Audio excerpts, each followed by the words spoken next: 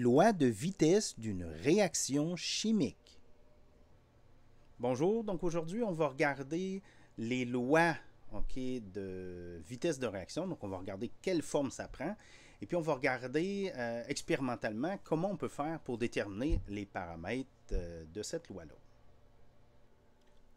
On sait déjà que la concentration des réactifs influence la vitesse d'une réaction chimique. Donc, si c'est le cas, on pourrait supposer notamment que la vitesse de réaction, elle est proportionnelle au produit des concentrations. Donc, à ce moment-là, autrement dit, si j'ai une réaction A plus B qui donne C, je pourrais dire que ma vitesse, elle serait proportionnelle à la concentration de A fois la concentration de B. Okay? Puis la constante ici, le K, ce serait ma constante de vitesse. Vous remarquerez que le C n'intervient pas. Et pourquoi il n'intervient pas? C'est parce que c'est un produit. Et puis là, on va supposer que la réaction se fait juste dans une direction. Mais dans la réalité, il faut faire attention parce qu'il y a des réactions qui sont plus fortement réversibles que d'autres. Puis à ce moment-là, la concentration des produits pourrait intervenir sur la vitesse de réaction. Donc, c'est vraiment plus compliqué que ce que je présente là, mais disons qu'on va assumer que la réaction se fait juste dans une direction. Bon, toujours est-il que j'ai cette équation de vitesse. Et puis, si j'avais, par exemple, ici un 2 au lieu d'un 1 ici pour mon réactif B, à ce moment-là, mon équation de vitesse, ça serait K fois la concentration de A fois la concentration de B, cette fois-ci au carré, parce qu'elle intervient deux fois puisque j'ai deux molécules ici qui interagissent avec une molécule de A. Ça a l'air beau ce que je dis, et c'est pas tout à fait faux. Par contre, la réalité est beaucoup plus subtile. Pourquoi? Mais pour la raison suivante. Là, je vous donne un exemple extrême qui vous le fait comprendre. J'ai une équation ici qui est celle de la photosynthèse. Donc, j'ai du gaz carbonique plus de l'eau qui donne du glucose et du dioxygène. Bon, je ne vais pas marquer l'énergie. Oui, ça prend de l'énergie pour activer cette réaction endothermique. Donc, si je regarde là, ici ce qui se passe, la réaction, j'ai 6 molécules de CO2 plus 6 molécules de H2O. Est-ce qu'il y a vraiment 12 molécules qui se rencontrent en même temps pour construire du glucose puis du dioxygène? C'est sûr que non. Ça n'a aucun sens. Là. Ça ne se produira pas. Les probabilités sont trop faibles. Donc, il y a des étapes intermédiaires. Il y a un mécanisme réactionnel. Là, les étapes, je ne les connais pas par cœur, mais disons qu'il y en a plusieurs.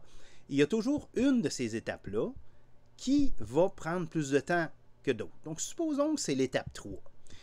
Donc, cette étape-là va venir limiter. Donc, j'ai beau aller vite pour l'étape 1, 2, puis à l'étape 4, la faire vite. Si l'étape 3 est lente, ça va ralentir tout le processus. C'est celle-là qui va déterminer la vitesse de la réaction. Supposons que vous faites de la cuisine et puis que vous voulez, vous êtes capable de couper vos légumes rapidement, vous coupez d'autres choses, mais il faut faire bouillir de l'eau. Mais si c'est ça qui prend du temps, même si vous coupez vos légumes en 1 minute, si votre eau n'est pas bouillie ou si vous avez quelque chose de pas prêt, vous allez quand même attendre. C'est dans ce sens-là qu'il y a eu des étapes qui sont limitantes. Donc, cette étape-là, si je veux regarder c'est quoi la vitesse, c'est dans cette étape-là qu'il faudrait que je vois c'est quoi les réactifs et pour voir c'est quoi, dans quelle proportion les concentrations interviennent. Donc, c'est en regardant l'étape limitante que je pourrais établir de façon théorique là, la vitesse de la réaction. Mais ça peut être assez compliqué parce que certains réactifs peuvent dépendre de d'autres réactifs des étapes précédentes. Donc, c'est vraiment compliqué. C'est pour ça qu'en pratique, on va mesurer. Donc, ça va être une mesure expérimentale, la loi de vitesse de réaction. Donc là, on va se donner un exemple.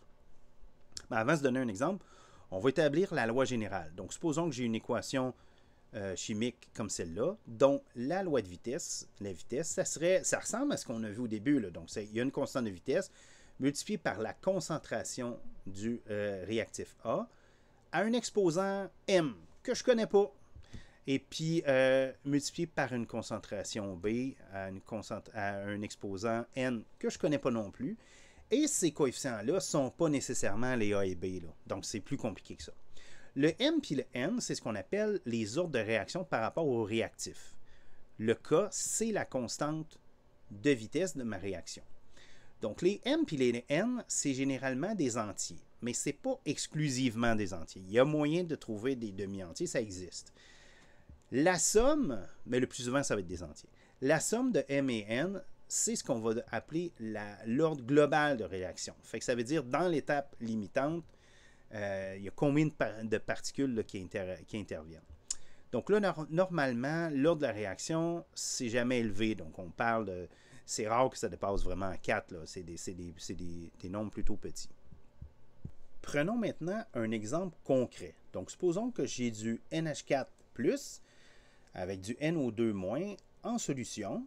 Et puis, ça va me donner du dioxyde d'azote et de l'eau.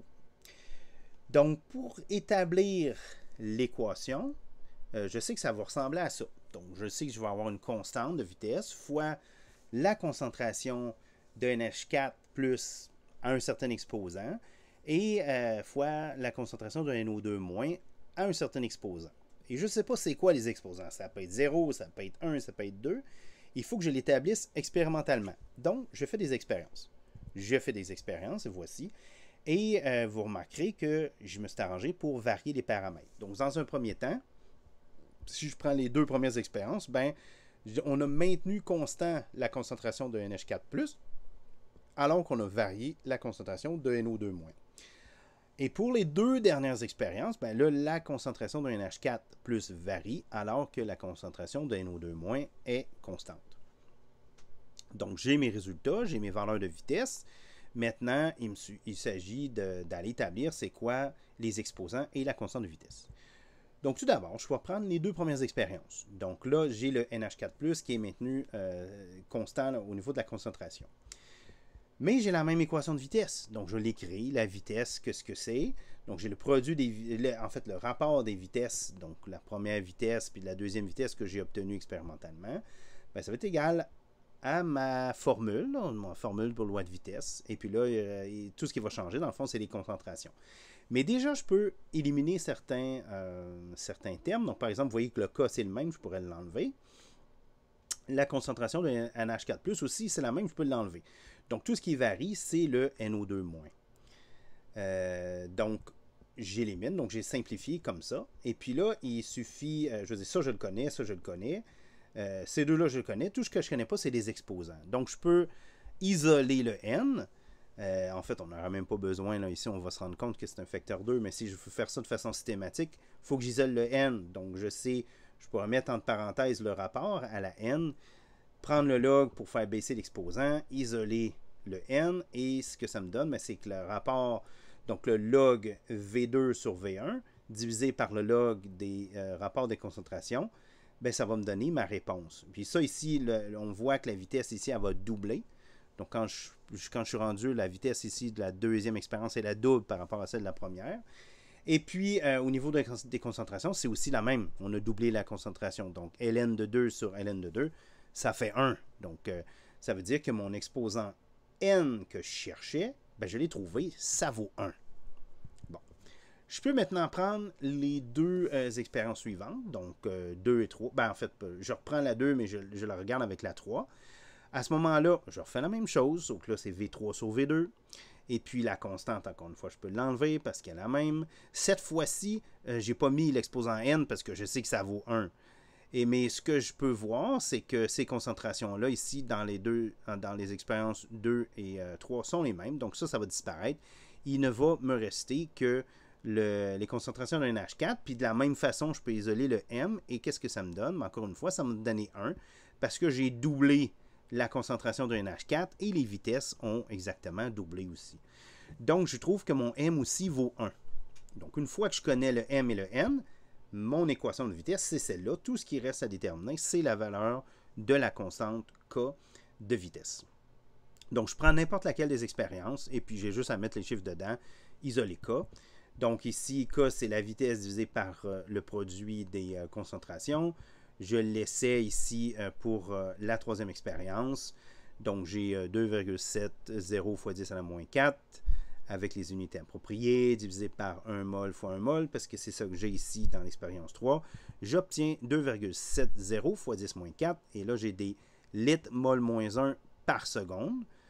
Donc, c'est des concentrations. Hein. En fait, c'est l'inverse d'une concentration, parce qu'il faut que je multiplie ici. Vous voyez, ici, je vais avoir des mols par litre fois des mols par litre fois ça ici, qu'il faut qu'il me donne des mols par litre par seconde. Donc, c'est pour ça qu'ici, que les unités ont cette forme-là. Donc, en résumé, lorsque j'ai une équation de ce type-là, avec des réactifs des produits, la vitesse s'écrit sous la forme suivante. Donc, une constante de vitesse fois le produit des concentrations, mais élevé à un exposant quelconque qu'on va appeler les ordres par rapport à ces concentrations-là. Généralement, c'est de petits entiers, donc ça peut que ce ne soit pas des entiers, mais généralement, c'est des petits entiers. K, c'est la constante de vitesse de la réaction. Et en fait, le M et le N découlent du mécanisme réactionnel. C'est un petit peu compliqué, c'est pour ça qu'on fait ça généralement de façon expérimentale. La somme N plus N, c'est l'ordre de la réaction. Et puis, on va les déterminer, ces paramètres-là, comme je viens de le dire, de manière expérimentale, en faisant varier les concentrations initiales des réactifs.